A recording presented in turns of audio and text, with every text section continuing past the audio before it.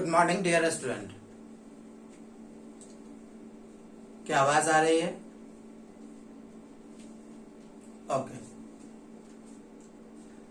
स्वागत है आप सभी का आपके अपने यूट्यूब चैनल बीएससी एकेडमी पर। आज का क्लास बहुत ही बेसिक होने वाला है। आज के क्लास में हम लोग स्टडी करेंगे मोल कॉन्सेप्ट को। किसको स्टडी करेंगे? मोल कॉन्सेप्ट को। मोल कॉन्सेप्ट बच्चों बहुत ही बेसिक चैप्टर है केमिस्ट्री के अंदर, खास करके केमिस्ट्री के फिजिकल वाले पार्ट में। अगर हम लोगों को मोल कॉन्सेप्ट का बेसिक आइडिया नहीं हो तो केमिस्ट्री पढ़ने में परेशानियां आती हैं। उस परेशानियों को दूर करने के लिए मोल कॉन्सेप्ट को सीखना और इसे अच्छे से समझना बहुत जरूरी होता है। तो चलिए आज के क्लास में हम लोग मोल कॉन्सेप्ट को ही देखते हैं, क्योंकि आने वाले जितने भी चैप्टर्स होंगे फिजिकल केमिस्ट्री के अंदर वो मोल्स पर ही बेस्ड होगा। ठीक है, तो सबसे पहले अगर मोल की बात करें तो मोल है क्या? सबसे पहले अगर हम लोग मोल की बात करें कि आखिर ये मोल क्या है, तो जैसे अगर किसी क्वांटिटी को मेजर करना हो तो हम लोग क्या मेजर कर सकते हैं? नॉर्मली अगर क्वांटिटी को मेजर करना हो तो हम लोग उसका वेट मेजर कर सकते हैं, वॉल्यूम मेजर कर सकते हैं, डेंसिटी मेजर कर सकते हैं। इस तरह से अगर कोई सर्टेन टेम्परेचर दिया गया हो तो उसको हम लोग दिखा सकते हैं। ठीक है, इसी तरह से मोल भी एक टर्म है जो क्वांटिटी को रिप्रेजेंट करता है। मोल भी एक टर्म है जो क्या करता है? क्वांटिटी को रिप्रेजेंट करता है। और ये जो मोल है उसमें हम लोग कहते हैं कि 1 मोल कितना? 1 mole equal to 6.022 into 10 to the power 23 particles. ठीक है, 1 मोल क्या होगा बच्चों?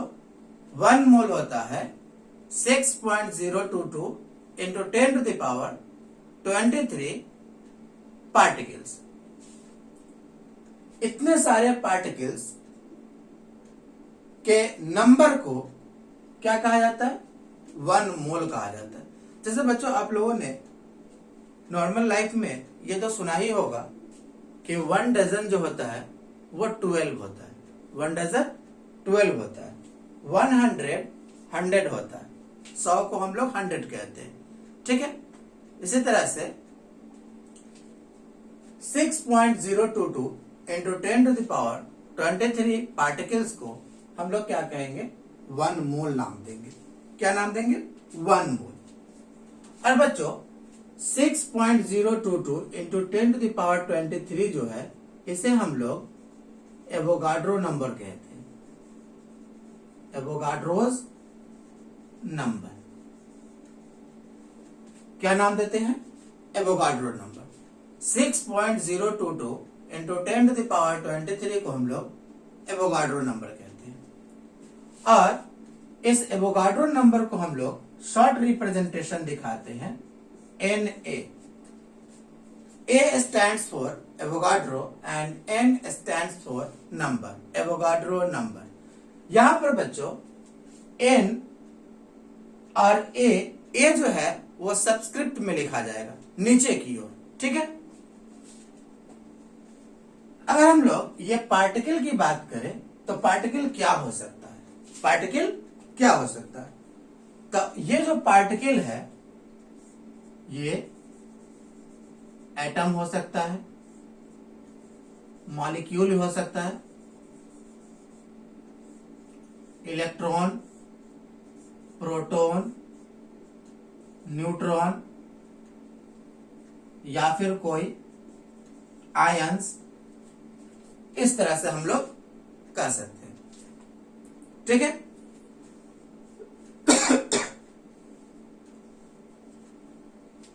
One mole equal to 6.022 into 10 to the power 23 into 10 to the power 23 particles, and particles may be atoms, molecules,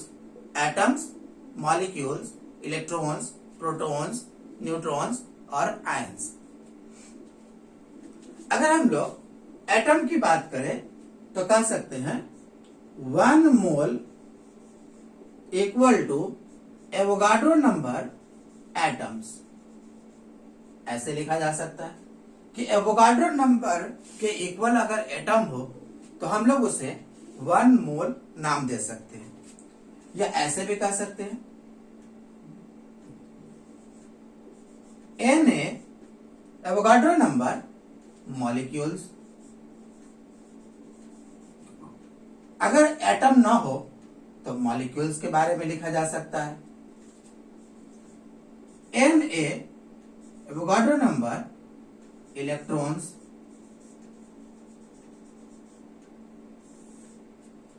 ऐसा भी लिखा जा सकता है कि 1 मोल जो है वो Avogadro number equal to proton भी हो सकता है, इक्वल टू न्यूट्रॉन भी कह सकते हो, equal to Avogadro number ions भी कह सकते हैं। तो 1 मोल कुछ भी हो सकता है बच्चों, किसी भी चीज के संख्या अगर इतना हो 6.022 into 10 to the power 23, कोई भी चीज हो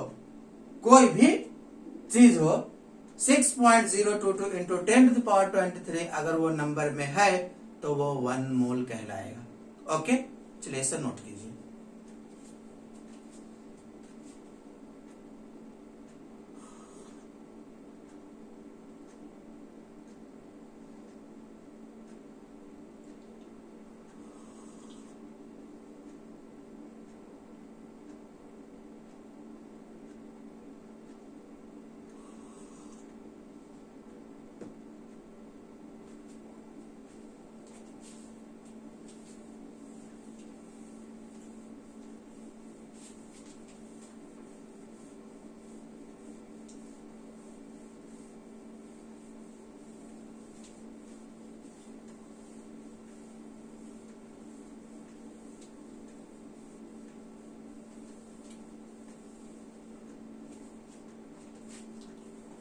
अब हम लोग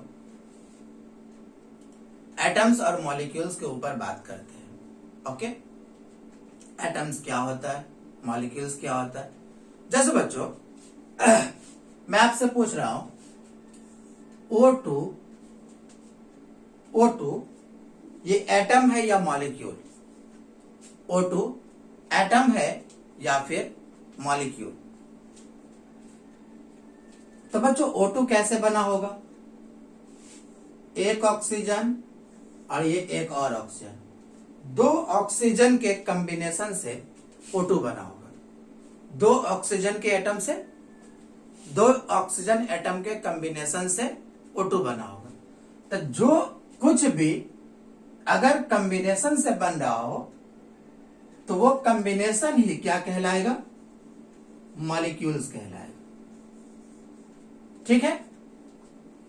और फ्री स्टेट में अगर प्रेजेंट हो तो इसे हम लोग क्या नाम देते हैं? एटम्स। तो ये O जो है एटम है, ये O जो है एटम है। तो 2 ऑक्सीजन एटम के कॉम्बिनेशन से हम लोगों ने देखा कि O2 मॉलिक्यूल्स बना है, O2 मॉलिक्यूल्स बना है। ऐसे भी इसे लिखा सकता है 2 ऑक्सीजन एटम कंबाइन करके O2 मॉलिक्यूल्स बना रहा है। अगर NH3 की बात करें तो NH3 कैसे बना होगा, हम लोग इसके एलिमेंटल स्टेट को लिख रहे हैं। तो एक नाइट्रोजन एटम और साथ में 3 हाइड्रोजन एटम आपस में जुड़ करके एक नाइट्रोजन एटम 3 हाइड्रोजन एटम आपस में जुड़ करके क्या बनाया होगा बच्चों, अमोनिया बनाया होगा। और ये अमोनिया क्या है, मॉलिक्यूल्स है। क्यों, क्योंकि ये कॉम्बिनेशन ऑफ एटम्स है, ग्रुप ऑफ एटम्स है। क्या है, कॉम्बिनेशन ऑफ एटम्स है, कलेक्शन ऑफ एटम्स है, ग्रुप ऑफ एटम्स है। तो collection of atom, group of atom, combination of atom को हम लोग क्या नाम देंगे बच्चों, मॉलिक्यूल्स नाम देंगे। इसी तरह से C6H12O6 कैसे बना होगा, 6 कार्बन एटम, 12 हाइड्रोजन एटम और 6 ऑक्सीजन एटम आपस में जब कंबाइन किया होगा, आपस में जब कंबाइन किया होगा तो क्या बनाया होगा, ग्लूकोज बनाया होगा। यहां पर हम लोग लिख सकते हैं ऑक्सीजन मॉलिक्यूल। ये क्या है बच्चों, लिख लो यहां पर ऑक्सीजन मॉलिक्यूल। ये क्या है बच्चों, अमोनिया मॉलिक्यूल, अमोनिया मॉलिक्यूल। ये क्या है बच्चों, ग्लूकोज मॉलिक्यूल, ग्लूकोज मॉलिक्यूल। इस तरह से तो जब कभी भी फ्री स्टेट में हो एलिमेंट तो वो क्या कहलाएगा, एटम कहलाएगा। ग्रुप स्टेज में हो तो क्या कहलाएगा, मॉलिक्यूल्स कहलाएगा। ओके, ये बेसिक आइडिया हमें पता होना चाहिए।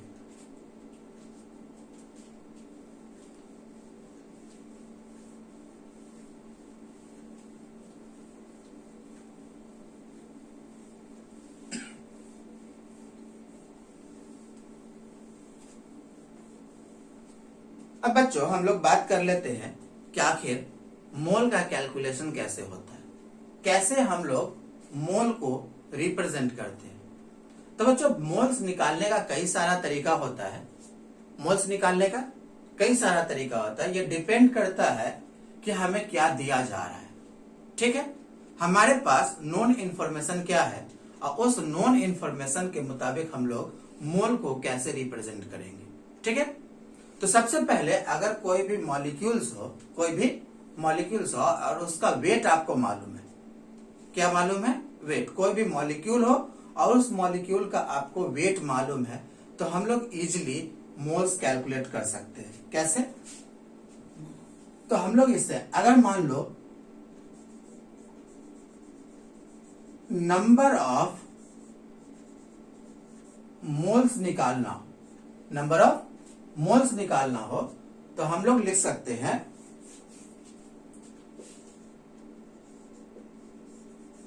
Wait in gram divided by, weight in gram divided by atomic weight, atomic weight और मॉलिक्यूलर वेट।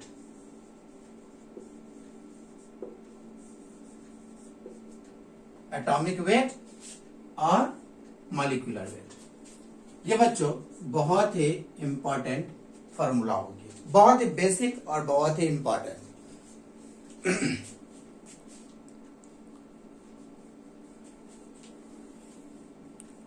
कि अगर आपको मोल्स निकालना हो, मोल्स निकालना हो और मोल्स निकालने के लिए आपको क्या दिया जा रहा है, गिवन सब्सटेंस का वेट, गिवन सब्सटेंस का वेट।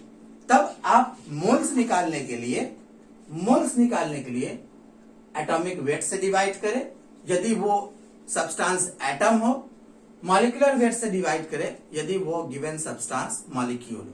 चलिए एग्जाम्पल की बात करते हैं।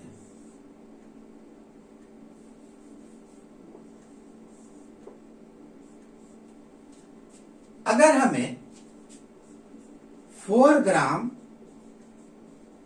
ऑक्सीजन एटम दिया गया है। ठीक है, 4 ग्राम ऑक्सीजन एटम दिया गया है और पूछा जा रहा है कि ये कितने मोल्स होंगे। ये आपके लिए क्वेश्चन है कि 4 ग्राम ऑक्सीजन एटम कितना मोल्स होगा। तो बच्चों ये क्या दिया गया है, एटम। तो मोल्स निकालने के लिए हम लोग क्या करेंगे, गिवन वेट कितना दिया गया, 4। कितना दिया गया, 4। और इसको डिवाइड किससे करेंगे, क्योंकि ये एटम है तो हम लोग डिवाइड करेंगे किससे, एटॉमिक वेट से। और ऑक्सीजन का एटॉमिक वेट कितना होता है, 16, क्योंकि ऑक्सीजन रिप्रेजेंट कैसे होता है, इस तरह से।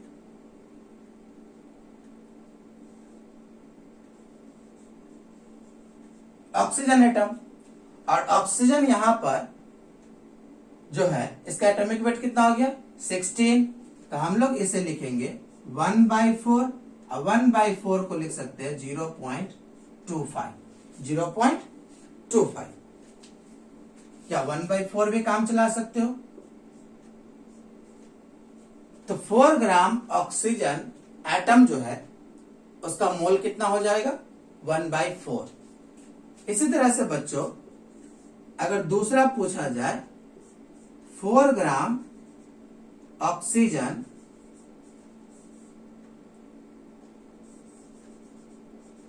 मॉलिक्यूल्स दिया हो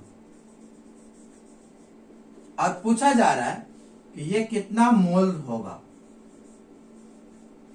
ये कितना मोल्स होगा। तो ऑक्सीजन मॉलिक्यूल्स को कैसे लिखते हैं बच्चों, O2 से। ऑक्सीजन मॉलिक्यूल को कैसे लिखते हैं, O2 से। ऑक्सीजन मॉलिक्यूल को कैसे लिखते हैं, O2 से। और यदि अब हमें ऑक्सीजन मॉलिक्यूल्स का मोल निकालना हो तो क्या लिखेंगे, moles equal to given weight जो कि 4 है, और ऑक्सीजन मॉलिक्यूल का मॉलिक्यूलर वेट कितना हो जाएगा, तो 16 इंटू 2, 16 इंटू 2 दैट इज 32। अब 4/32 कितना हो जाएगा, 1/16, सॉरी 8, 1/8। तो यहां पर हम लोग मोल्स को क्या लिखेंगे, 1/8, 1/8। तो इस तरह से हम लोगों ने देखा कि कैसे मोल्स कैलकुलेट किया जा सकता है जब गिवन सब्सटेंस एटम हो, और किस तरह से मोल कैलकुलेट किया जाएगा जब गिवन सब्सटेंस मॉलिक्यूल्स हो। चलिए इसे नोट कीजिए।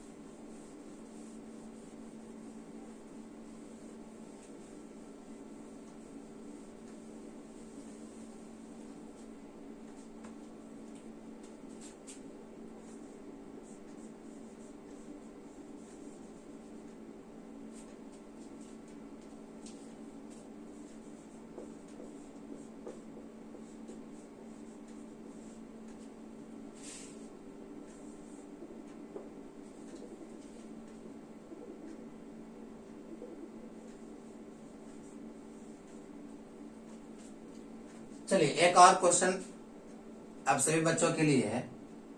2.495 ग्राम 2.495 ग्राम अगर कॉपर सल्फेट .5 H2O हो तो ये कितना मोल्स होगा। चलिए इसे कैलकुलेट कीजिए। गिवन वेट मालूम है, अगर हम लोग इसका मॉलिक्यूलर वेट निकाल लें और गिवन वेट में डिवाइड कर दे तो हमें डायरेक्टली क्या मिल जाएगा, मोल। मैं आपके लिए फॉर्मूला लिख देता हूं, mole equal to weight, given weight 2.495 divided by इस कंपाउंड का क्या लिखना होगा, मॉलिक्यूलर वेट। मॉलिक्यूलर वेट निकाले, डिवाइड करें, आपका फाइनल आंसर तैयार है। चलिए मॉलिक्यूलर वेट निकालिए।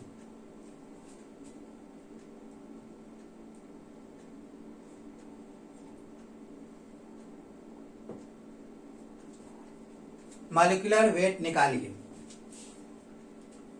मॉलिक्यूलर वेट निकालना हम लोग क्लास 10th में सीख चुके हैं। कैसे निकालते हैं मॉलिक्यूलर वेट, तो इस कंपाउंड के में जितने भी एटम दिख रहे हैं वो सभी एटम का एटॉमिक वेट का सम ही क्या हो जाएगा, मॉलिक्यूलर वेट। जैसे हमें यहां पर दिख रहा है कि कॉपर है, तो कॉपर का एटॉमिक वेट होता है 63.5। सल्फर है, सल्फर का एटॉमिक वेट हो गया 32। ऑक्सीजन दिख रहा है जो कि 4 टाइम्स है, तो 4 टाइम्स है तो इसका वेट हो जाएगा 4 × 16। फिर आगे वाटर है, और वाटर जो होता है इसका वेट हो गया 2 × 1 प्लस 1 × 16, जो कि कितना हो गया 18। और 5 टाइम्स है तो हम लोग लिख सकते हैं यहाँ पर 5 × 18। इसका सम ले, ये हो जाएगा 16 चौका 64 और 18 पचे 90, तो ये टोटल हो जाएगा 249.5। 249.5 तो मॉलिक्यूलर वेट कितना हो जाएगा, 2.495 डिवाइडेड बाई 249.5। और इसको आप डिवाइड करें इजिली, ठीक है। डिवाइड करेंगे आपको मिल जाएगा 0.01। 0.01।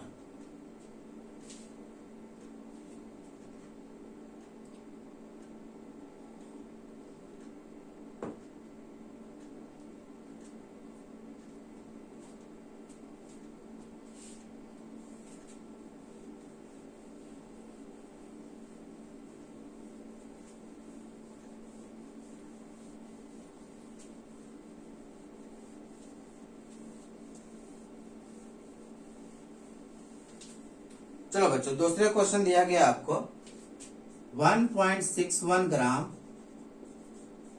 Na2SO4 डॉट 10H2O है, तो ये कितने मोल्स होंगे। चलिए पता कीजिए। मोल्स निकालने के लिए हम लोग क्या करेंगे, 1.61 को डिवाइड करेंगे किससे, मॉलिक्यूलर वेट से, और एक बार फिर आपको इसका क्या करना पड़ेगा, मॉलिक्यूलर वेट निकालना पड़ेगा। चलिए निकालिए मॉलिक्यूलर वेट।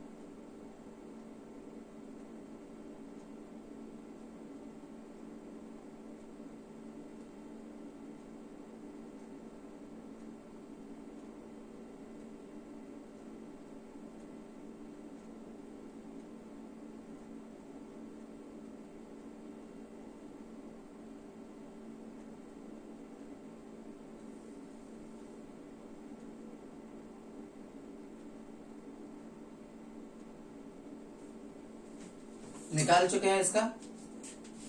कैसे निकालोगे, सोडियम का एटॉमिक वेट हो गया 23, 2 × 23, सल्फर हो गया 32, ऑक्सीजन हो गया 4 × 16, उसके बाद वाटर हो गया 10 टाइम्स 10 × 18। इस टोटल को ऐड करोगे तो कितना हो जाएगा 332। यहां से हम लोग लिख सकते हैं 1.61 डिवाइडेड बाय 332, और इसको डिवाइड कर ले, आपको मोल मिल जाएगा। आपको मोल मिल जाएगा। डिवाइड करने पर ये आ जाएगा 0.005। ये इसका मोल हो गया। चलिए नोट करें।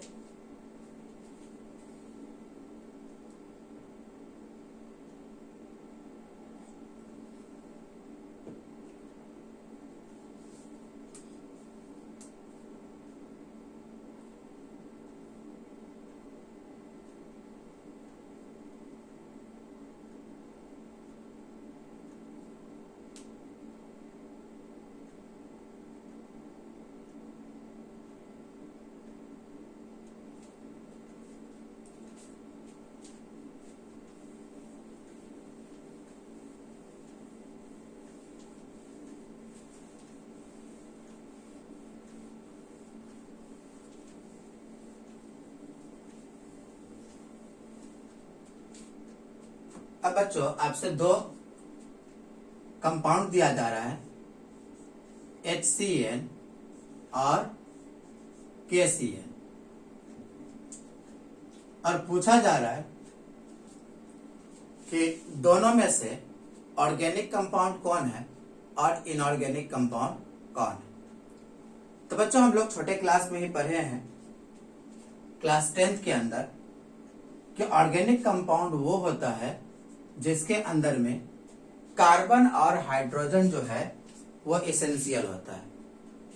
ऐसे कंपाउंड्स जिसमें कार्बन और हाइड्रोजन प्रेजेंट हो वो क्या कहलाएगा? कार्बन के साथ हाइड्रोजन एकदम ही प्रेजेंट होना चाहिए, तब हम लोग क्या कहेंगे? इसे ऑर्गेनिक कंपाउंड कहेंगे।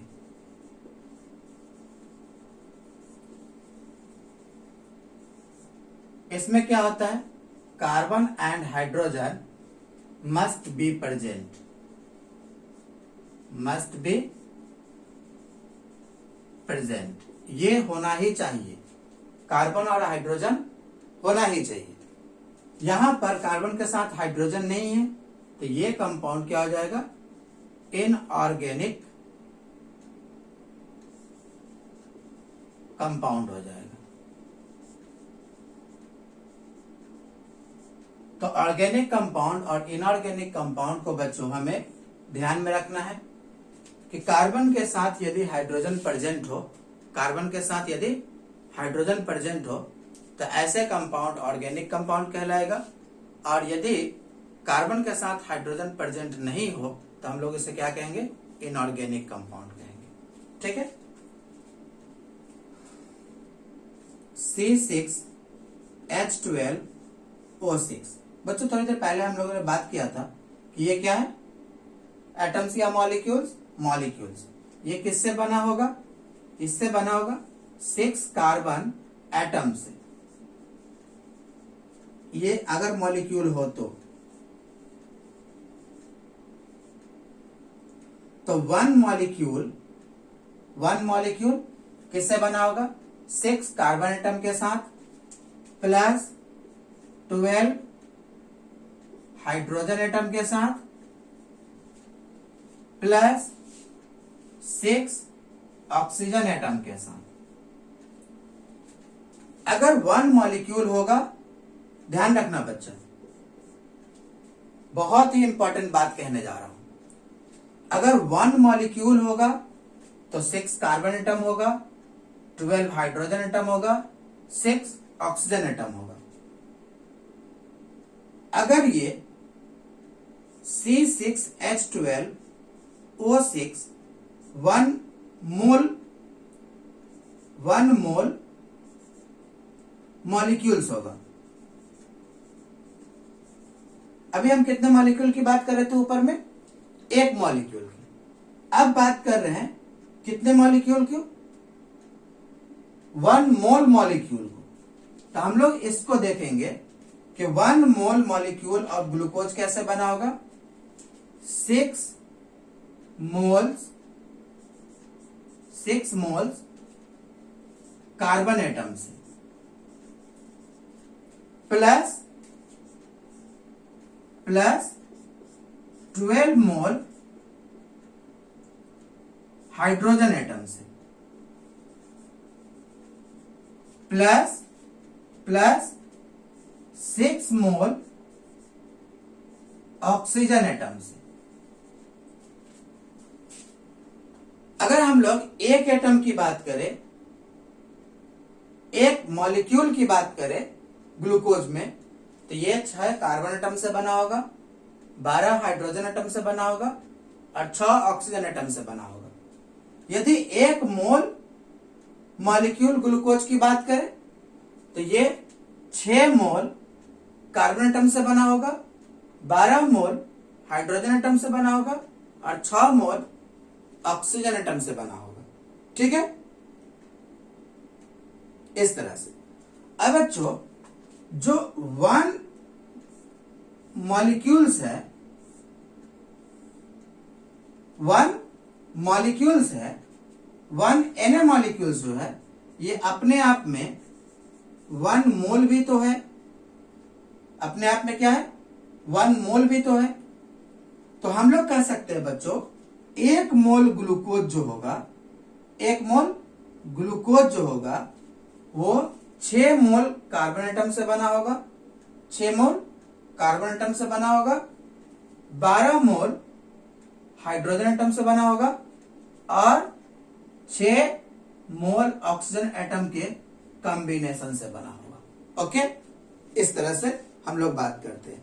अगर हमने मॉलिक्यूल्स दे रखा हो तो एटम्स की बात कर सकते हैं, मोल्स दे रखा हो तो भी एटम्स की बात कर सकते हैं। ओके, चलिए इसे नोट कीजिए।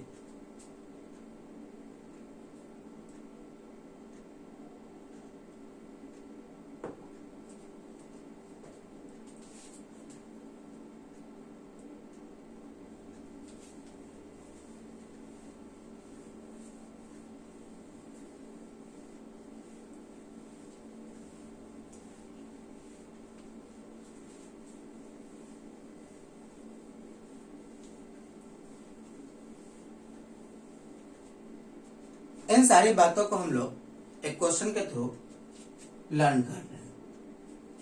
ठीक है, क्वेश्चन इस तरह दिया गया है, find the total number of atoms, find the total number of atoms, find the total number of atoms present in 22.5 gram of glucose. ये आपसे क्वेश्चन दिया गया है। चलिए पता कीजिए कि कितने एटम प्रेजेंट होंगे 20.5 ग्राम ग्लूकोज में।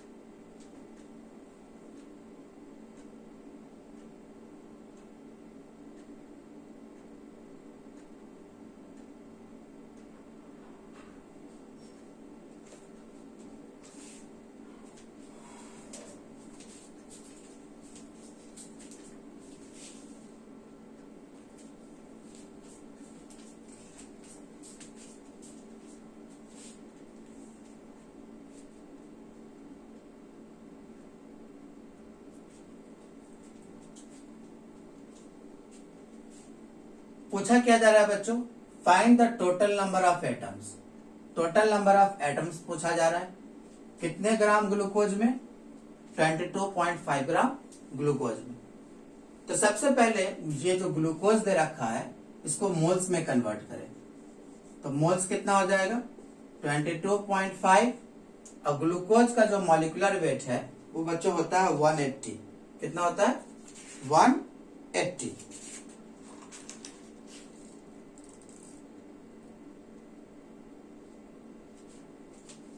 ग्लूकोज का फॉर्मूला क्या हो गया C6H12O6।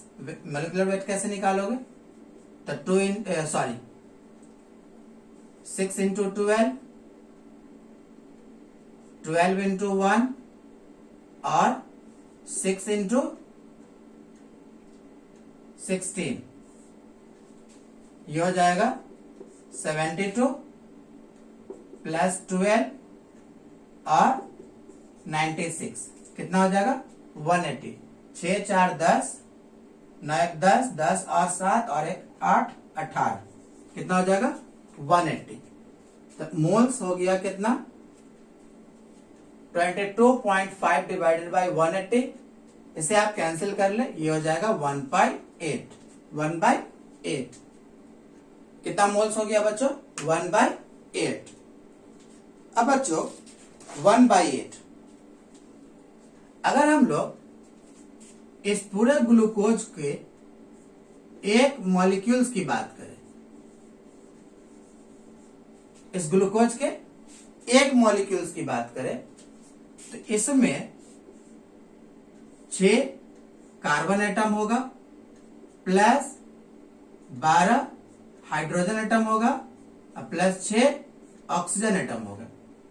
तो कितना हो गया 12 और 12 24 एटम है। कितना एटम है बच्चों 24 एटम। हम लोग देख पा रहे हैं कि अगर 1 मोल ग्लूकोज होता, 1 मोल ग्लूकोज होता तो उसमें कितना मॉलिक्यूल्स होता Na मॉलिक्यूल्स। क्या ये बात सही है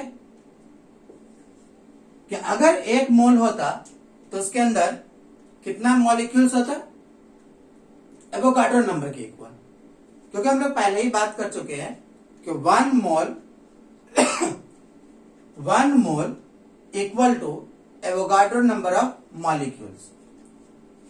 तो कितना मोल आया है बच्चों 1/8। तो 1/8 मोल जो हो जाएगा वो हो जाएगा एवोगाड्रो नंबर बाई 8 मॉलिक्यूल्स। क्या ये बात समझ में आया? 1 मोल एवोगाड्रो नंबर ऑफ मॉलिक्यूल्स है तो 1/8 मोल कितना हो जाएगा एवोगाड्रो नंबर बाई 8 मॉलिक्यूल्स। ठीक है। अच्छा, अगर हम लोग 1 मॉलिक्यूल्स की बात करते हैं तो उसमें कितना एटम है 24 एटम। यहां से बात करें, यहां पर लिखते हैं 1 मॉलिक्यूल्स इक्वल टू 24 एटम्स। कितना एटम्स है बच्चों 24। कितना एटम है 24। तो कितने मॉलिक्यूल्स में पूछा जा रहा है Na/8 मॉलिक्यूल्स हो जाएगा Na/8 into 24 equal to 3 Na atoms. Finally हम लोग पता कर चुके हैं कि 22.5 ग्राम ग्लूकोज के अंदर 22.5 ग्राम ग्लूकोज के अंदर 3 times of Avogadro number atom present होंगे।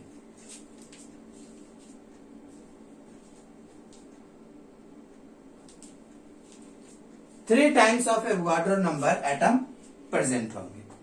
चलिए इसे नोट कीजिए।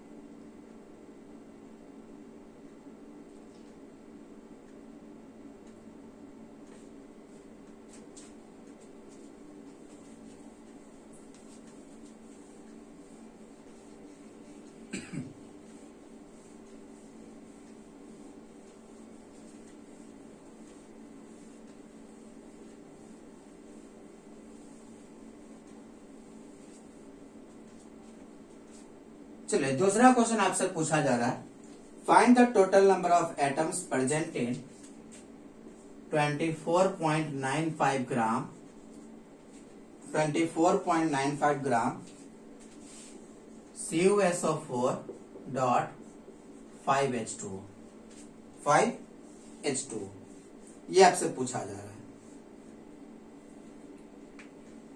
पता कीजिए कि इसमें कितने एटम्स प्रेजेंट होंगे।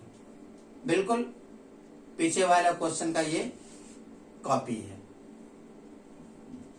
तो चलिए ये क्वेश्चन मैं आपके लिए होमवर्क छोड़ देता हूं। ठीक है, आपको क्या करना है, सबसे पहले इस वेट का मोल निकालिए।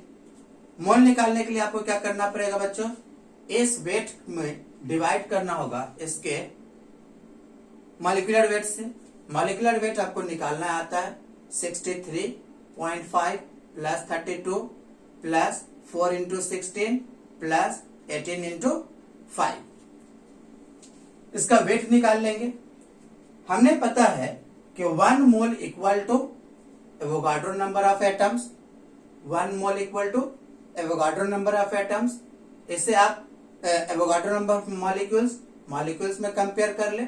फिर हमने देखना है कि एक मॉलिक्यूल में कितने एटम है, तो यहां से चेक कर ले 1 + 1 + 4 + 2 + 1 × 5, 2 + 1 × 5।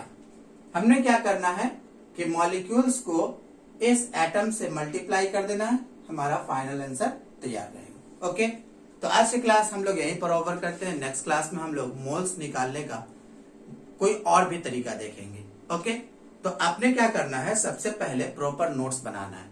ठीक है, बिल्कुल भी नहीं घबराना है कि मुझे समझ में नहीं आ रहा है, ये नहीं हो रहा है, वो नहीं हो रहा है। ठीक है, जब तक आप नोट्स नहीं बनाएंगे अपने हाथ से, ठीक है, आपको समझ में आना थोड़ा सा मुश्किल होगा। ठीक है, क्योंकि चीजें जो है वो बहुत ही ज्यादा हो जाएगा। ठीक है, क्योंकि ये कोई फिल्म नहीं है, बातें आपको आसानी से याद नहीं होने वाली है। ठीक है, तो इस तरह के लेक्चर्स को आपको क्या करना है, सबसे पहले अच्छे ईयरफोन के साथ आपको वीडियो देखना है, प्रॉपर नोट्स देखना है, और उस नोट्स को लिखने के बाद आपको रिवाइज करना है। 2 बार 3 बार आप नोट्स को पढ़ेंगे, आपको इजीली समझ में आने लगेगा। ओके, तो ये रहा किस तरह से आप लेक्चर को फॉलो करेंगे, उसके बारे में कुछ बेसिक बातें जो हमने आपको डिलीवर किया, बताया।